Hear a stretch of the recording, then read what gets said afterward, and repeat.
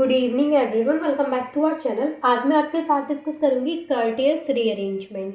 ये जो हमारा चैप्टर चल रहा है वो है रीअरेंजमेंट, जिसमें मैं ऑलरेडी कई सारे रिएक्शंस को आपके साथ डिस्कस कर चुकी हूँ।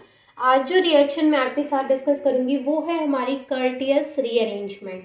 देखिए, कर्टियस रीअरेंजमेंट में क्या होता है, पहले मैं आपको एक रिएक्शन दिखा देती हूँ, देन मैं आपको बताऊँगी कि किस तरीके से वो रिएक्शन हुई है, कौन सा स्टेप कहाँ गया है, यानी कि उसकी मैकेनिज्म भी मैं आपको एक्सप्लेन करूँगी। तो सबसे पहले मैं आपको बता देती हूँ कि यहाँ पे मैं आपको बताती हूँ, जैसे हमारे पास है असाइल एजाइड।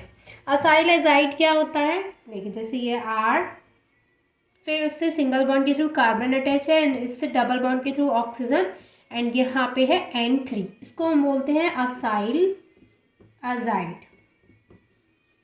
अब देखिए, असाइल एजाइड को जब हम हीट करते हैं, फर्स्ट स्टेप में हम इसको हीट करते हैं और सेकंड स्टेप में हम इसको वाटर के साथ में रिएक्ट कराते हैं, तो हमें यहाँ पे मिलता है एमीन, यानी हमें मिलता है RNH2। अब ये RNH2 है, वो कैसे मिलता है कि फर्स्ट स्टेप तो हमारा असाइल एजाइड को हम हीट करते हैं, एंड देन हीट करने के बाद जो हमें प्रोडक्ट मिलता है उसको हम यहाँ पे वाटर के साथ में रिएक्ट कराते हैं, तो हमें यहाँ पे मिलता है प्राइमरी एमीन।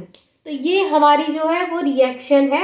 लेकिन इसके अलावा एक और चीज़ है कि जैसे हमने यहाँ पे सेकेंड रिएजेंट, हमने यहाँ पे वाटर लिया है, ठीक है। अब मान के चलिए यहाँ से हमने वाटर हटा के यहाँ पे हमने कुछ और ले लिया, यहाँ पे हमने अल्कोहल ले लिया, तो फिर यहाँ पे एमीन नहीं मिलेगा, तो इसका प्रोडक्ट चेंज हो जाएगा। तो जैसे जैसे हम यहाँ पे रिएक्टेंट चेंज कर लेंगे, दूसरा जो रिएजेंट है वो हम यहाँ पे चेंज कर लेंगे, तो उसी तरीके से प्रोडक्ट भी यहाँ पे चेंज हो जाएगा। अब जो मैं आपको मैकेनिज्म बताऊंगी वो बताऊंगी कि असाइल एजाइड को जब हम हीट करते हैं तो फर्स्ट स्टेप सारी रिएक्शंस का सेम रहेगा। फर्स्ट स्टेप में हम सबको हीट कराएंगे, तो हीट कराने के बाद हमें मिलेगा यहाँ पे आइसोसाइनेट। अब जो आइसोसाइनेट हमें यहाँ पे मिलेगा उसको हम अलग अलग रिएजेंट के साथ जैसे जैसे रिएक्ट कराएंगे वैसे वैसे अलग अलग प्रोडक्ट्स मिलेंगे। तो हमारा यहाँ पे जो हमारी जो रिएक्शन रहेगी कर्टियस रीअरेंजमेंट, उसमें हम जो आइसोसाइनेट है उसको वाटर के साथ रिएक्ट कराएंगे, देन प्राइमरी एमीन का फॉर्मेशन करेंगे। Is that clear? चलिए, तो मैं आपको बताती हूँ कि किस तरीके से ये रिएक्शन होती है। तो सबसे पहले हमको क्या बनाना है, असाइल एजाइड, क्योंकि अभी मैंने आपको बताया था असाइल एजाइड कैसे बनता है। क्या होता है असाइल एजाइड का फॉर्मूला, RCON3। ये हो गया हमारा असाइल एजाइड। इसको हम फर्स्ट स्टेप में क्या करेंगे, इसको हम करेंगे हीट, और जब हम इसको हीट करेंगे तो हमें यहाँ पे फॉर्मेशन होगा आइसोसाइनेट का, that is RN double bond C double bond O। इसको हम क्या बोलते हैं, इसको हम बोलते हैं आइसोसाइनेट। और ये जो फॉर्मेशन होगा फर्स्ट स्टेप है हमारा, ये सब में सेम होगा, आइसोसाइनेट, ये फॉर्मेशन सब में सेम रहेगा। यानी कि जो भी हम रिएक्शन स्टार्ट कराएंगे सबसे पहले असाइल एजाइड आइसोसाइनेट का फॉर्मेशन करेगा। अब ये जो आइसोसाइनेट है यहाँ पे वो अलग अलग रिएजेंट के साथ में रिएक्ट करके अलग अलग प्रोडक्ट देगा। जैसे मैं आपको यहाँ पे दो एग्जांपल बताऊंगी। जैसे मान लीजिए हमारा जो मैंने आपको पहले रिएक्शन बताई थी वो मैंने आपको बताई थी कि जो आइसोसाइनेट है हमारा वो सेकंड स्टेप में किसके साथ रिएक्ट कर रहा है, वाटर के साथ में रिएक्ट कर रहा है। तो अब ये जो हमें यहाँ पे मिला है आइसोसाइनेट, इसको हम वाटर के साथ में रिएक्ट कराएंगे।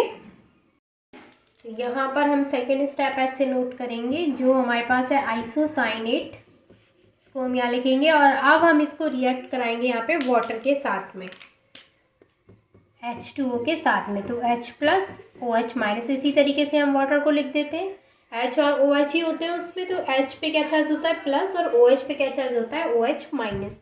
तो यहाँ से हमें जो प्रोडक्ट मिलता है वो क्या होता है R, और जो नाइट्रोजन है, एक हाइड्रोजन हमारा नाइट्रोजन के पास में जुड़ेगा, और यहाँ जो नाइट्रोजन और कार्बन के बीच में डबल बॉन्ड था वो ब्रेक हो जाएगा और सिंगल बॉन्ड, और ये डबल बॉन्ड के थ्रू जिस तरीके से ऑक्सीजन से अटैच है वैसे ही ऑक्सीजन से अटैच रहेगा, और दूसरा हमारा OH जो है वो यहाँ, यानी H प्लस यहाँ और OH माइनस यहाँ पे जुड़ गया। तो ये हमें यहाँ पे फॉर्मेशन हो गया। अब जो नेक्स्ट स्टेप है यहाँ पे, अब क्या होता है, यहाँ से मैं इसे लिख देती हूँ, इसमें RNH2 अलग हो जाएगा हमारा, और CO2 अलग। इस तरीके से ये हमारा यहाँ पे प्राइमरी अमीन का फॉर्मेशन हो जाएगा। ठीक है, तो यहाँ पे इसको हम बोलेंगे प्राइमरी एमीन। प्राइमरी एमीन यानी कि 1 डिग्री एमीन का फॉर्मेशन हो गया। और मान के चलिए कि हम यहाँ पे वाटर के साथ में ना रिएक्ट कराएं इसको, वाटर की जगह पे हम यहाँ पे क्या ले लें, अल्कोहल ले लें, तब क्या फॉर्म होगा। तो मैं यहाँ पे इसको इरेज कर देती हूँ। अब हम यहाँ पे वाटर नहीं लेंगे, अब हम सेम आइसोसाइनेट तो हम सेम लेंगे, यानी फर्स्ट स्टेप तो हमारा सेम रहेगा। जैसे ये है फर्स्ट स्टेप में आइसोसाइनेट का फॉर्मेशन हुआ है असाइल एजाइड से। सेकेंड स्टेप में अब हम जो आइसोसाइनेट यहाँ पे बना है उसको हम वाटर के साथ में रिएक्ट ना करा के अब हम उसको अल्कोहल के साथ में रिएक्ट कराएंगे ROH के साथ में। तो यहाँ पे जो हमें प्रोडक्ट मिलेगा वो होगा यूरेथेन। यूरेथेन का फॉर्मूला क्या होता है, RNH डबल बॉन्ड O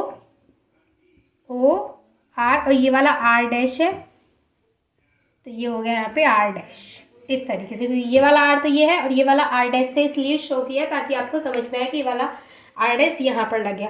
तो ये जो हमें मिला है यहाँ पे इसको क्या बोलते हैं हम, यूरेथेन। ठीक है, तो और इसके अलावा यहाँ पे जैसे जैसे आप अलग अलग रिएजेंट यूज़ करेंगे वैसे वैसे यहाँ पे अलग अलग प्रोडक्ट मिलेगा। जैसे मान के चलिए हम यहाँ पे कार्बोक्सिलिक एसिड ले लेते हैं, यानी हम अगर यहाँ पे अल्कोहल की जगह पे एसिड यूज़ करें तो यहाँ पे अलग प्रोडक्ट मिलेगा। आप इनके यहाँ पे जो भी मैं करा रही हूँ इनके स्क्रीनशॉट ले सकते हैं, क्योंकि जितने ज़्यादा एग्जांपल्स मैं आपको करा दूँगी उतना ज़्यादा आपके लिए फ़ायदा रहेगा। तो हमने अब यहाँ पे एसिड ले लिया, अब यहाँ पे हमें जो प्रोडक्ट मिलेगा वो अलग होगा। अब हमें जो प्रोडक्ट मिलेगा वो होगा RNH double bond O and ये वाला जो R डैश है वो इस तरीके से आ गया, यानी कि ये जो C डबल बॉन्ड O है वो इस तरीके से आ गया यहाँ पे C डबल बॉन्ड O, और ये R डैश इस तरीके से आ गया। ठीक है, और यहाँ पे जो H था ये वाला H वो यहाँ जुड़ गया, तो कुछ भी बाहर तो नहीं निकला है, सब कुछ इसी में ऐड हो गया। ये वाला R ये यहाँ पर है, ये जो H है वो इस N के साथ जुड़ गया, NH बना लिया। ये जो कार्बन है वो डबल बॉन्ड के थ्रू ऑलरेडी अटैच्ड है। अब यहाँ पे क्या बचा, C double bond O and R dash. तो C double bond O, 2 O हो है यहाँ पे, और R डैश ये वाला यहाँ आ गया। तो इस तरीके से हमें ये प्रोडक्ट मिला है। तो यहाँ पे मैंने आपको 3 एग्जांपल्स कराए। पहला हमने वाटर के साथ में रिएक्ट कराया, देन देखा क्या प्रोडक्ट मिला है। सेकंड हमने अल्कोहल के साथ में रिएक्ट कराया आइसोसाइनेट को, फिर देखा कि अलग प्रोडक्ट है। एंड थर्ड हमने एसिड के साथ में वहाँ पे रिएक्ट कराया है कार्बोक्सिलिक एसिड के साथ में, तो हमने देखा कि अलग प्रोडक्ट है। तो मैंने आपको जो एग्जाम्पल्स कराए आप इनका अच्छे से तैयारी कर लीजिएगा, क्योंकि कर्टियस रीअरेंजमेंट है। तो जब इस रीअरेंजमेंट में इतने सारे एग्जाम्पल्स हैं तो जाहिर सी बात है किसी पे भी क्वेश्चन आ सकता है कि अगर मान लीजिए आइसोसाइनेट रिएक्ट करता है कार्बोक्सिलिक एसिड के साथ देन क्या फॉर्म करेगा, तो वो किसी पे भी क्वेश्चन आ सकता है। ठीक है, और अगर लिखने के लिए आता है कि कर्टियस रीअरेंजमेंट क्या होती है पूरा एक्सप्लेन करिए, तो फिर आप वहाँ पे जितने ज़्यादा एग्जाम्पल्स उसके कर देंगे उतने अच्छे मार्क्स आपको मिल जाएंगे। ठीक है ना, ऐसा नहीं है कि आप सिर्फ एक वहाँ पे अगर आपको लिखने को आ रहा है 5 नंबर में है या फिर 3 नंबर में है तो आप ये बस सोचिएगा कि सिर्फ एक रिएक्शन में लिख दूँ जो हमारी वाटर वाली है तो उससे काम हो जाएगा। ऐसा नहीं है, उसकी जितनी है उतनी नहीं लिख पा रहे तो एटलीस्ट 2 से 3 से 4 तो लिख के दीजिए, ताकि वो जब मार्क्स है तो उनको भी लगे कि हाँ भाई कुछ तो तैयारी की है, कुछ तो लिखा है। तो आई होप कि आपको कर्टियस रीअरेंजमेंट अच्छे से क्लियर हो गया होगा। अगर कोई डाउट है तो वो आप मुझसे पूछ सकते हैं। And thank you so much for watching this video.